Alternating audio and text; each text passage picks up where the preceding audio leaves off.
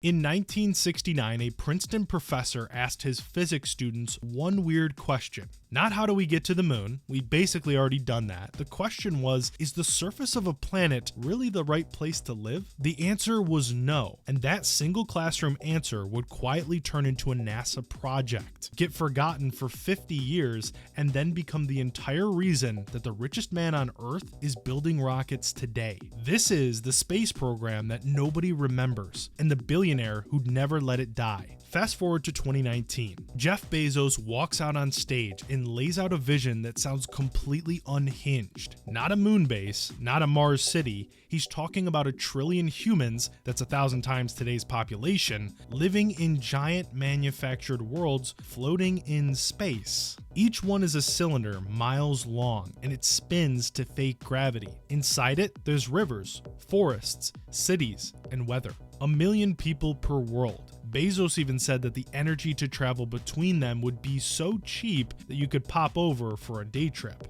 Now, everybody assumed Bezos was just making all this up. He didn't. He's actually running someone else's playbook. A playbook NASA literally paid to write and then shelved thereafter. Back to that classroom. The professor was Gerald K. O'Neill, a serious particle physicist, the guy who invented the particle storage ring. It's 1969 and his students are jaded. The Vietnam has them convinced that science is kind of useless. So O'Neill hands them that question to chew on. And here's the twist. They ran the actual numbers. Planets, they realized, are a terrible deal. Tiny surfaces, wrong gravity, stuck at the bottom of a giant gravity well. So O'Neill flipped the whole idea of space exploration on its head. Don't move to another planet, build your own. He sketched colossal rotating cylinders open to sunlight holding entire landscapes on the inside surface. Spin it and the centrifugal force becomes your gravity. If you've seen the spinning station in 2001 A Space Odyssey, it's kind of like the same physics but way bigger. This is where it stops being a thought experiment. By the mid-70s, NASA is taking O'Neill seriously, and in the summer of 1975, NASA's Ames Research Center and Stanford bring in a full room of engineers,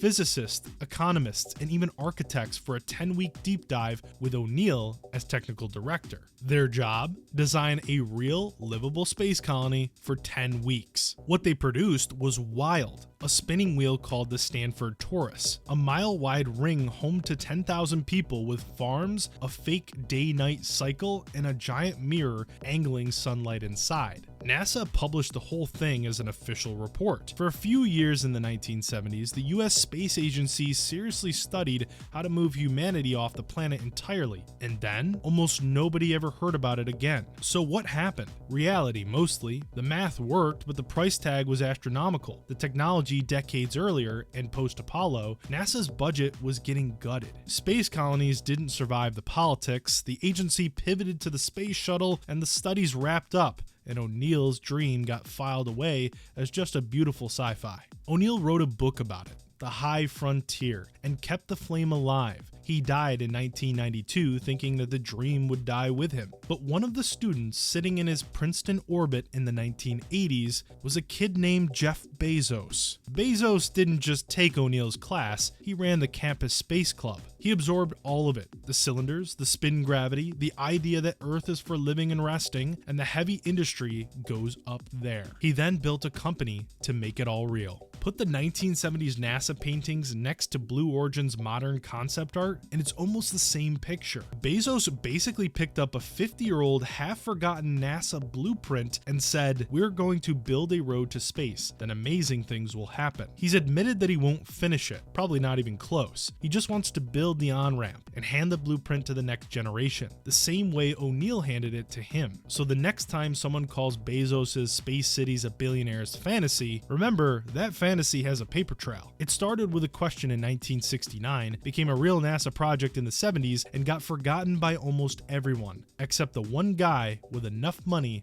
to dust it off. I want to thank you for watching this video, and I will see you in the high frontier.